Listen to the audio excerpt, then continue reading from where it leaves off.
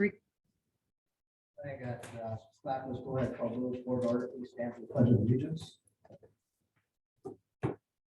Pledge allegiance to the flag of the United States of America and to the republic for which it stands, one nation, under God, indivisible, with liberty and justice for all.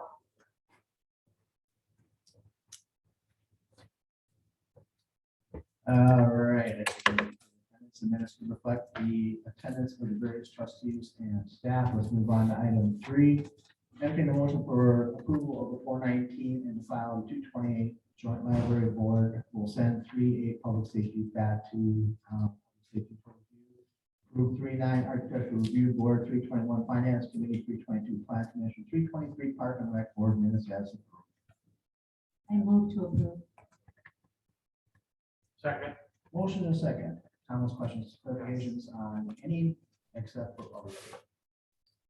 On Park and Rec, under special event request, triple bash, has it next Saturday, June 26th. Well, Saturday is June 25th, or is it Sunday, June 26th? I believe it's the Saturdays. Okay, so that So it's a typo. should be changed to June 25th. Okay, thank you. Any others? All right, with that correction, all in favor? Aye. Aye. Opposed? Passes. Anybody have a Zoom? Staff, let's move forward. There's a card that we got a thank you note from Jones from the Yes. library. I'll make sure that gets. We'll circulate that. Okay. Let's move on, actually. You might just jump in, it's sitting right on my desk. Just need to get it real quick and then we can just pass that on. Let's move on to item 6, resolutions, ordinance, action items. Item A is for finance, approve the reclassification of the crossing guard in seasonal pay grade 7. Everybody was pretty much in attendance at the last finance committee. Any questions on this item that we wish to bring up at this time? Seem to be pretty much in agreement. All right, we have one item, and it's a motion to approve pay grade reclassification of the crossing guard position from pay grade 6 to pay grade 7 on the seasonal employee wage scale effective August 1st, 2022. I'll make the motion to approve. I'll second. Motion and second, all in favor? Aye. Opposed? Passes. Yep. Let's move on to item B, and that is Park and Rec. Item 1 is a motion to approve the purchase of a new scoreboard for Centennial Park from Nepco Scoreboards and installation by RLO Sign with funds from the Park and Open Space Fund not to exceed $7,584.73 be approved. I'll make the motion. I'll second. Motion in a second. Any comments, questions, anything from Chad? I did get final word from Rose from the Lions Club today that they will support $3,000 of that cost. It'll just go into their next fiscal year's budget, so it'll be a little bit. Sweet. Motion in a second. All in favor? Aye. Any opposed? That motion passes. Item 2 is a motion to approve the purchase of the shade structure fabric from New Recreation for the Grafton Family Aquatic Center, not to exceed $2,640 be approved. I'll make that motion. I'll second. Motion in a second. The condition of that campus has been called into question for a while, so I think this is a long time coming. Any questions on this? Hearing none, all in favor? Aye. Any opposed? That motion passes. Item 3 is a motion to approve the purchase of the kayak canoe dock and launch from Badger Docks and Lifts with funds from the Park and Rec Facilities Fund not to exceed $9,836 be approved. I'll make a motion. Second. And this is Lions Park. Yeah, Lions Park, and 50% of this is also covered through a DNR grant that we. Okay. Any questions on this item? Hearing none, all in favor? Aye. Any opposed? That motion passes. Item 4 is a motion to allow the distillery to remove 2 planters in the Paramount Plaza and replace them with materials approved by the village with the new design maintaining the electrical hookups and service that currently exists in the planters. I'll move to approve. Second. Motion a second. Any questions on this particular item? If anybody's been out there, it's probably not a big impact to the area. I'd be a good overall use for the distillery as far as helping them be successful. I have one question. Mhm. So if we're gonna leave the electrical hookups in place, are they gonna be will they be protected in any way, or are they? Yeah, I believe they can move them down to surface level and then they'll be capped or covered. And then we'll have to uncap them or uncover them for access. Sounds good, thanks. Any other questions? Hearing none, entertaining motion, I'm sorry, all in favor? Opposed? That motion passes. Let's move on to item C. As for the plan commission, we have one item, and that's a motion to approve the adoption of Title 18 subdivision ordinance be approved. I'll make the motion. I'll second. Motion is second. A couple of highlights, Jessica, you pointed about a plan commission, but I think there was a couple that you definitely wanted to get updated here. Right, so the purpose of this update, similar to our old zoning ordinance, the subdivision ordinance is very outdated, and not really meeting modern standard planning practices for subdivision ordinance, or certainly engineering requirements either. So we're updating that, making sure that it has all the required legal sections in it to cover us in case of challenge in the future. Make sure that it is consistent with current practices and policies as far as design of all the public infrastructure, and making sure that the policy for stages of construction, approvals, things like that are consistent with our practice as well. So Trustee Delora did point out a minor typo on page 13. Section 7, I believe, should be slope, not slop. So I would request that the village board include that in the motion. What did you want me to get into the energy stuff? Well, I mean, I think the idea was is you and Amber were concerned about the look of the electrical utilities lining the front of the lots versus side and rear.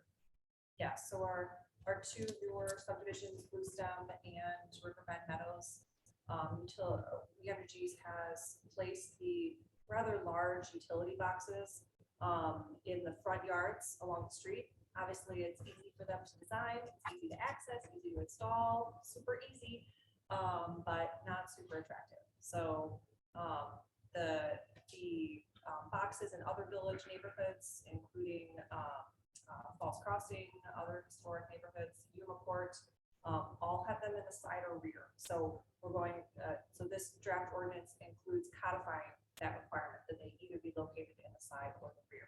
This would only apply to newly designed subdivisions. It will not apply to any subdivisions currently under construction. Any other questions for Jessica? I have one. Okay. So it looks like it used to be a 60-page document and you got it down to 30 pages. That must have taken a lot of time to go through that. It did. I mean, we didn't start with the old ordinance. We started fresh with a new model that the Southeast Regional Planning Commission has already vetted to make sure that it has all the required components in it. Yeah, the old ordinance just had a lot of fluff and a lot of weird spacing. Okay, people who made the motion second, okay with the slight change. Yes. Okay, motion is second, all in favor? Aye. Any opposed? Officer, Jesse. Yes, a couple of items this evening. As of this afternoon, we are up to 175 responses to the posted community survey. I do have messages in with the senior living facilities, and I'm working on finalizing dates to make the presentation to those folks and provide paper copies with postage paid envelopes, hopefully to get some additional feedback as well. I'm going to do, or I am planning one more, I guess, advertising push, if you will, out on social media and the website to drive some more interest. But this is definitely creeping up on our most well responded to survey to date. So very happy to see those results coming in. Staff is currently in the process of researching liability and workers' compensation insurance carriers to see if we're getting the best coverage for the price we're paying. We are hoping to have this research complete in order to make a presentation as part of the 2023 budget process. As you recall, over the last couple of years, we've always had to deal with, that outside force being health insurance premiums, or in this particular case, the workers' comp and the liability insurance premiums that are outside of our control. So really, we're trying to be proactive here as a staff to get out there and shop around and see what we can get at a better service and a better price. So we're hopeful to have some positive results to report back to the board with that as part of our 2023 budgeting. The clerk's office is in the process of procuring bids for building cleaning services. As you recall, we made that emergency switch last year after our cleaning company basically called and said, we don't have people, we can't help you out anymore. And so we did a quick bid package, got response, and we have a service in place. That said, all along, we had represented that we were going to be revisiting this. So those bids are being procured as we speak, and we will be bringing those forward fairly soon, not only based upon cost concerns, but also general service concerns. So please look forward to having that discussion. And that is what I have for my report this evening. Just, Chief, anything to add? Report. So the questions that came in that you gave us copies for, this is type of chat. The lids for the receptacles for the park. The question was, is it for recycling? Those lids are ones that were missing in place, recycling ones are back. Back order. Okay, did they give you an estimated date? Probably within a month.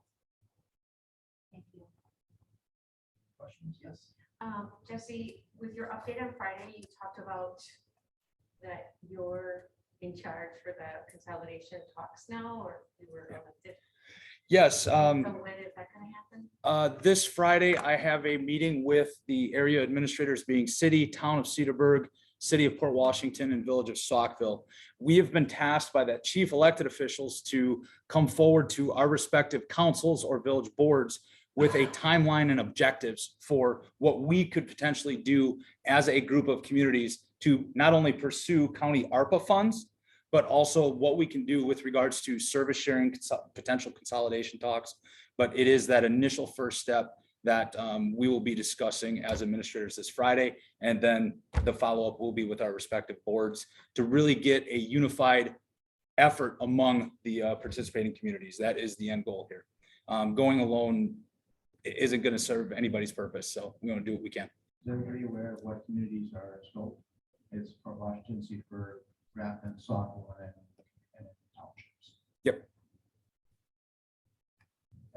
Yeah, Jesse, I see a consistent question again on leasing Mhm. and what vehicles are being leased Mhm. and what costs are associated with those leases. Yeah. Is there any way that maybe to the board we can get a presentation Sure. on how much we're really saving with the leases, what's included with the leases? Because I think what ends up happening is we ask the same questions over and over. It's like, hey, I see that's happening with the lease. Is that cost of the lease? Is it unleased? Is it leased? Absolutely. Staff can do an update. Yeah, no problem at all. Okay. Yep. Chad, we had talked about at Park and Rec that in the month of May, which we're in, we're gonna spiff up the pavilion at that. That's the plan, but first the construction issues need to be done first. Because some of that is gonna be removed and around the concession area. So some of those boards might have to be replaced. So rather than paint and try and spiff it up, it'll happen after the gentleman does the work.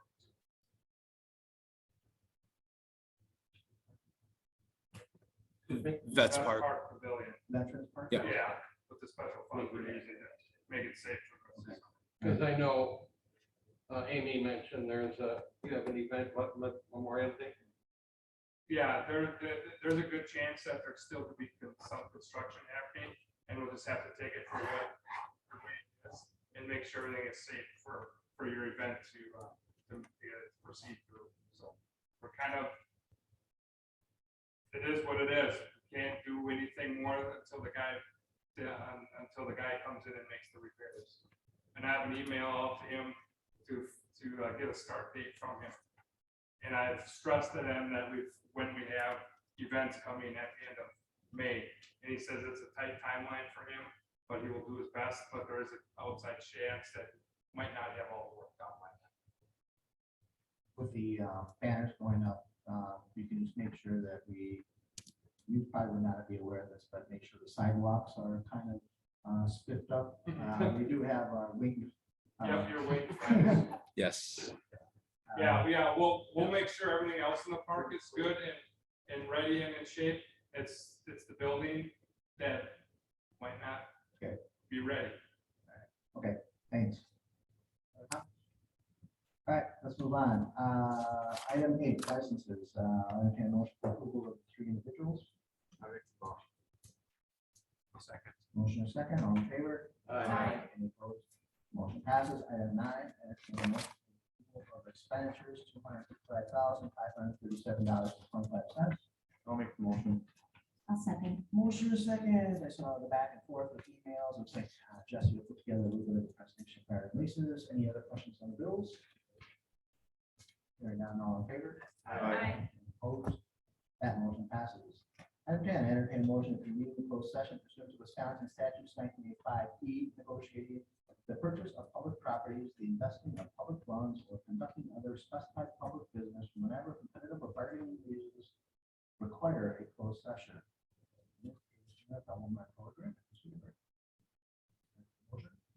I'll make the motion.